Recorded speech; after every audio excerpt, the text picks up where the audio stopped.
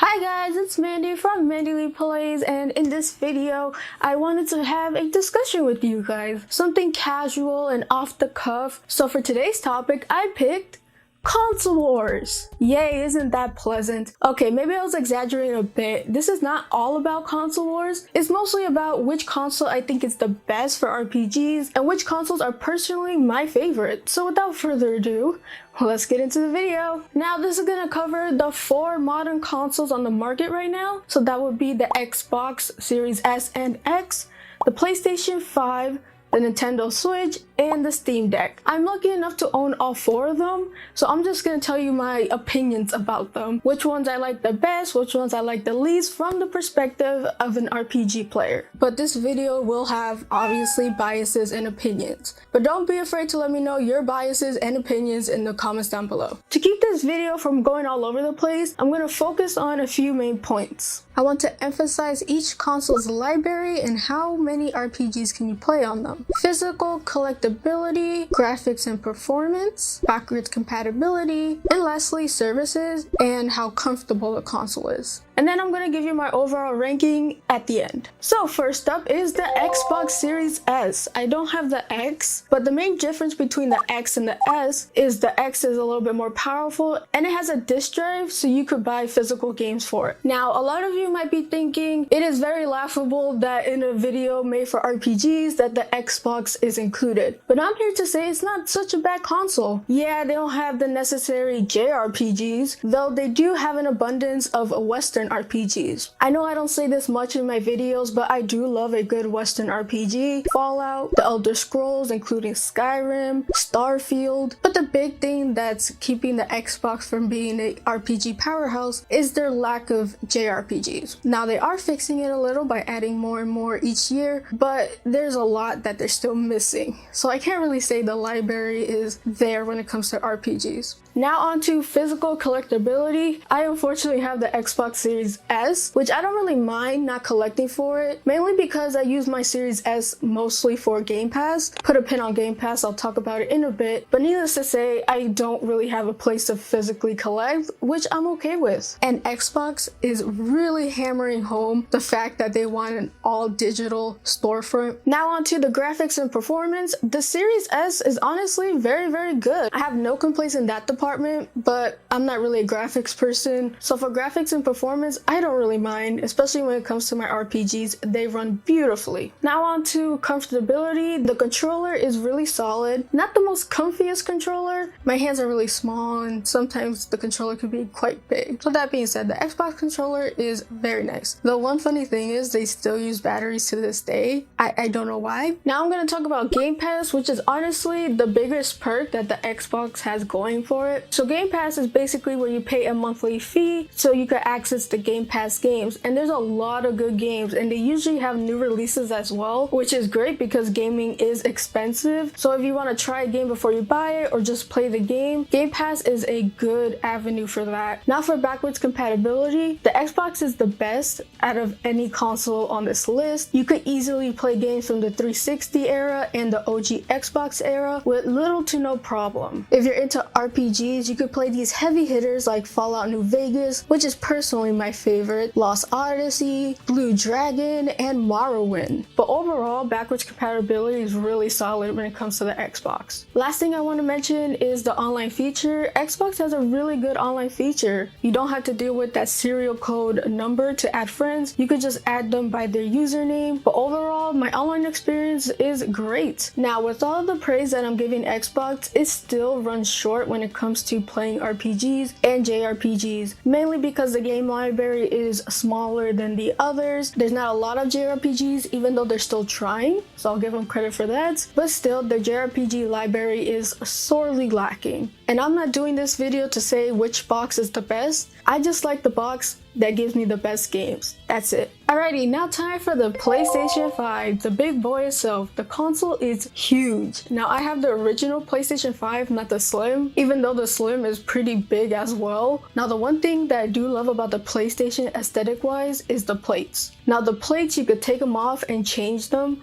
from color plates to limited run plates. I got gifted the blue plates and it's currently on my PlayStation and I love it because it's blue.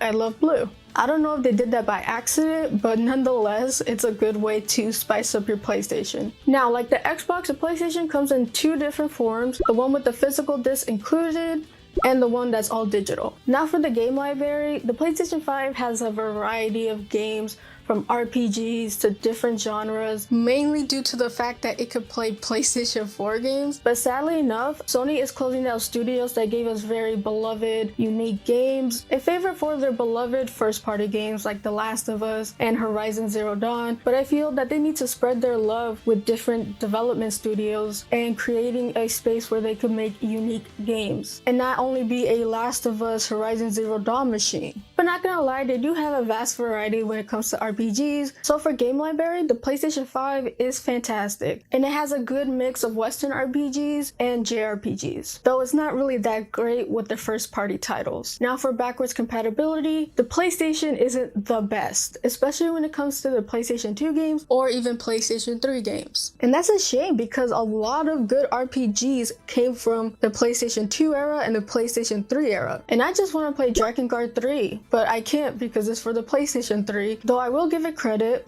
Thank goodness all the PlayStation 4 games work on the PlayStation 5. Funny enough, I got one of the original PlayStation 5s back when it was very hard to get one, and literally when I got it, I just played PlayStation 4 games, and I'm just like, why did I go through the hassle of getting a PlayStation 5 just to play PlayStation 4 games? Physically collecting games is easy, and PlayStation doesn't really seem as gung-ho to go all digital just yet like Xbox. You might not see it, but down here are my PlayStation 5 games and over here are my PlayStation 4 games. So I do love collecting for my PlayStation. If you want to know more about my collection, please do watch my PlayStation 4/PlayStation 5 collection video. Now for graphics and performance, I can't complain in that department. The PS5 is really good, and I haven't ran into any hiccups or things like that, so that's pretty good. Overall, it's on par with the Xbox. Now for comfortability. The PlayStation is huge, and it does make a lot of noise when it's downloading games. It's not as loud as the PlayStation 4 Mach 5 going to the stratosphere, but it was still pretty loud. But fortunately, it's not loud all the time. It's a pretty quiet console. As for the controller, it's very comfortable and it's better than the Xbox one. The only thing that's really irritating about the PlayStation 5 controller is that the battery runs out really quick. And I found myself during long RPG play sessions that I had to plug it in like twice. But other than that, I love the color, I love the style. Kind of looks like a frisbee in a way. Lastly is the online services. The PlayStation has pretty much the same kind of vibe with online like the Xbox. The only difference really is the lack of Game Pass. There is an equivalent to Game Pass, but it's really bad and expensive. Overall, the PlayStation 5 is a fantastic next-gen RPG machine, and while there's not a lot of first-party JRPGs, the PlayStation 5 is great when it comes to third-party RPGs. Now, in case you didn't notice the clearly bias that I hold for the Nintendo Switch, well, there's a reason for that, because the Nintendo Switch, in my opinion, is my favorite when it comes to playing RPGs or gaming in general. Though it's not a perfect console, but let's talk about it. First, the gaming library. In my opinion, the Switch has the best RPG library and even game library out of all the consoles on this list. The Nintendo Switch has a lot of games under its belt, from first party to third party to indies to weird shovelware games on the eShop. So yeah, the Switch library is very vast. So game library, double check. Now I want to talk about how comfortable the Switch is. The Switch is very comfortable for what it's trying to go for. I love that there's a lot of ways that you could play the Nintendo Switch. I will add that the Joy-Cons themselves are a bit uncomfortable, especially if you're playing it like this. Like, who does that? So uncomfortable. And might I add, the Pro Controller is the best out of any controllers on this list, and the battery life is perfect. You could play this controller without plugging it in for hours and hours on end. Now for physical collecting, the Nintendo Switch is king in that department. I love collecting for my Nintendo Switch, and Nintendo, like PlayStation, doesn't seem as gung-ho to go to an all digital storefront like Xbox. I love how the Switch cases are. They're very thin and they're very small, and you can stack a lot of them real easily. So for physical collectors, the Switch is the best. Now we get to the more controversial side. First, let's start with the graphics and performance. The Nintendo Switch is very underpowered, though it does have a strong foot for the first-party games because Nintendo knows how to make a game run beautifully on their own console. Case in point, Xenoblade Chronicles 3. Nobody knows how that game runs on the Switch so good. But first-party games aside, it does fall really flat when it comes to third-party games. And I'm not really in for the graphics, but it's really noticeable, though I am holding hope for a Switch 2 sometime soon. Now for backwards compatibility. The Switch is the worst out of any console on this list, mainly because the Switch moved to cartridges as opposed to CDs from the Wii U, but that in itself is fine. It's just the way Nintendo has been going about it that really rubs me the wrong way sometimes. Have you noticed that there's a lot of remakes and remasters? Yeah, that's no mistake. It's because Nintendo is basically repackaging a game and giving it to you full price. And as we know from the 3DS and Wii U, when they don't want to support something, they'll cut it off cold turkey. So they're essentially locking a whole bunch of games, and we have to wait until they put it on the Switch. Which sucks because they still have Wind Waker and Twilight Princess. Nintendo, can you please port them already? That is the only way we get to play our beloved games. Well, not the only way. And that brings me to their online system, which sucks. Mainly because that long serial number code, instead of just finding someone through a username, and the fact that the online servers are very bad. But the most controversial thing has to be the NSO app. Now the NSO is basically a place where you could play older Nintendo games. They only have the NES, the SNES, the Game Boy Advance, and the Nintendo 64. So if you're waiting patiently for your favorite game, you're gonna be waiting a while. And chances are the game you actually want is probably not gonna be there. Overall, it is a nightmare when it comes to backwards compatibility. But with all that being said and the negatives out of the way, the Nintendo Switch is my favorite when it comes to RPGs, and it's my favorite console. Using the system is nice and easy, and the vast library of games is honestly the best. But hold up, I'm not done yet. Next is the Steam Deck. It's a big boy, and I love how it just came in the case. It didn't come in a box. To put it into perspective, this is the Switch and this is the Steam Deck.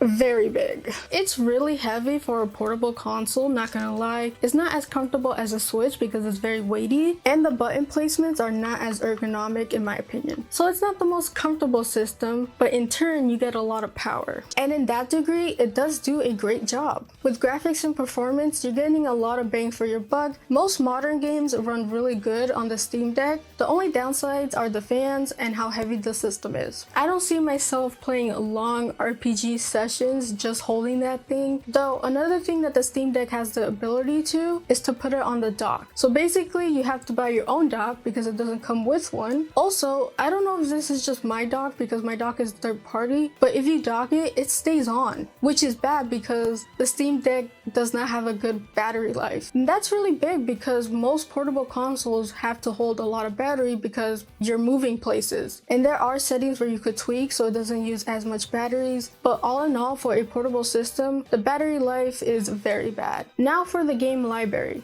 The Steam Deck uses Steam, which is basically the PC storefront, so you have access to a lot of games. It is essentially a mini PC in your hands. So for the game library, check.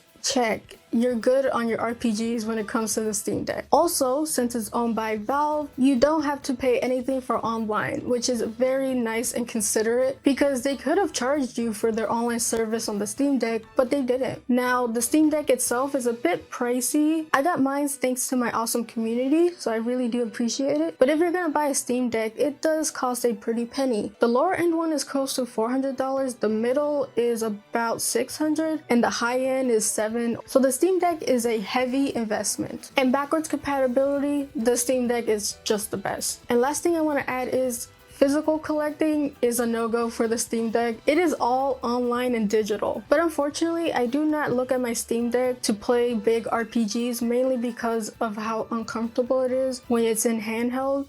And even when it's docked, it doesn't really seem as seamless as the Switch. But that being said, I still enjoy some games on my Steam Deck. So to wrap up, I'm going to share with you the consoles that are worst for RPGs and that are best from RPGs. Starting from the worst, we have the Xbox, the Steam Deck, the PlayStation 5, and the Nintendo Switch. But like I said, this is just my opinions. Please let me know yours in the comments down below. I would love to hear them. If you like this video, then hit that like button. And if you like my content and would love to see more, then please consider subscribing. I do RPG content and stuff like that. So if you're into that, you're probably in the right place. And as always, play a good game, no matter what console it is. Peace, peace.